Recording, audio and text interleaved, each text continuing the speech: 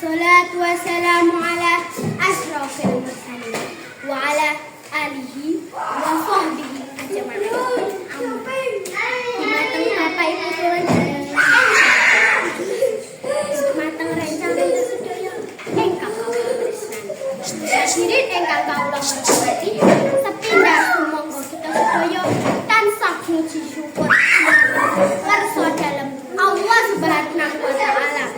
Dene kula lan panjenengan tasih pinaringan rahmat, taufik hidayah, saha inayah sehingga kita sedaya saged kepala manunggal wonten ing majelis menika kanthi sehat walafiat.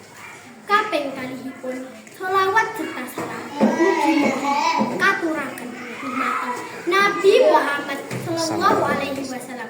Mugi kita sedaya pikantuk syafaatipun benjang wonten ing yaumul kiamat.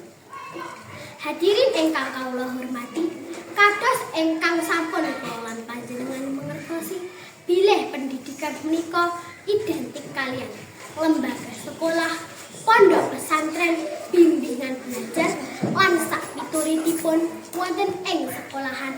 Para siswa-siswi dipun paringi pendidikan ugi wawasan ilmu pengetahuan umum, ilmu sosial lan ugi ilmu agama. Ananging pendidikan menika boten namung sekolah formal kemawon. Awit tiyang gesag menika kedah tansah belajar sinau wonten ing papan pundi kemawon.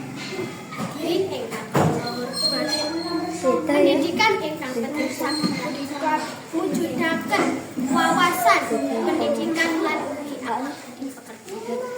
Tumrap sinen kemawon awiti menapa zaman menika saya maju. Ananging generasi penerus bangsa Indonesia menika malah samsaya amburadul. Saya risak akhlakipun amargi kira-kiripun ilmu agama, akhlak lan ugi tata krama.